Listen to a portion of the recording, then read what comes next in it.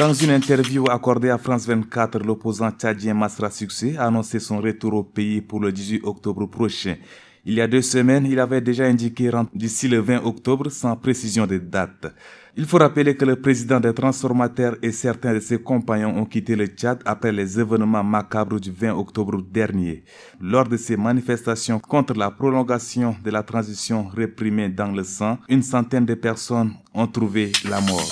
Les travaux du 6e congrès ordinaire de l'Ordre national des pharmaciens du Tchad ont été bouclés le lundi 25 septembre à N'Djamena. À l'issue de ce congrès, Dr Haroun Badawi est élu nouveau président de cette organisation.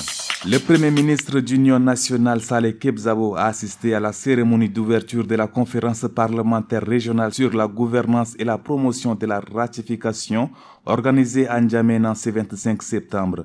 Cette conférence vise à examiner les défis entravant le développement régional et à rechercher des solutions pour favoriser la croissance.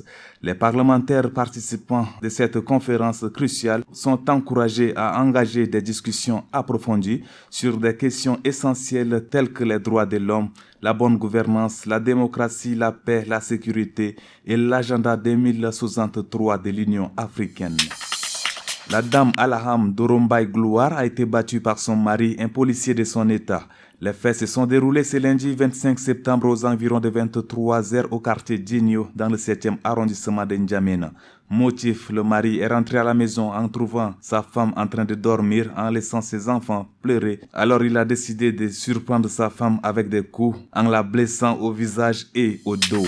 Hors de nos frontières, précisément au Burkina Faso, le gouvernement accuse le journal Jeune Afrique de jeter des discrédits sur l'armée et le suspend jusqu'à nouvel ordre. Le Burkina reproche à Jeune Afrique pour la publication le 25 septembre dernier d'un article intitulé « Au Burkina, toujours des tensions au sein de l'armée ». Le 21 septembre dernier, le même journal mettait en ligne un article titré « Au Burkina Faso ».